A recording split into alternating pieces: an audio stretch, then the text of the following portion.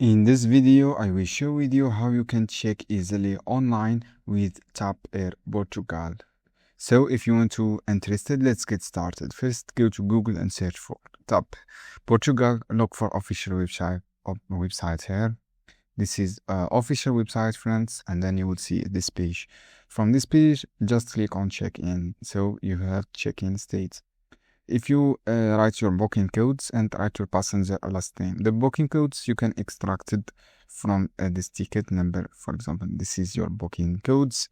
Write your all details, your booking codes, and then when you write your booking codes, it is almost guys 6 number you can find here on your 6 number on your ticket, and then after that click on your passenger last name. And then click find booking. Click on find booking, this option.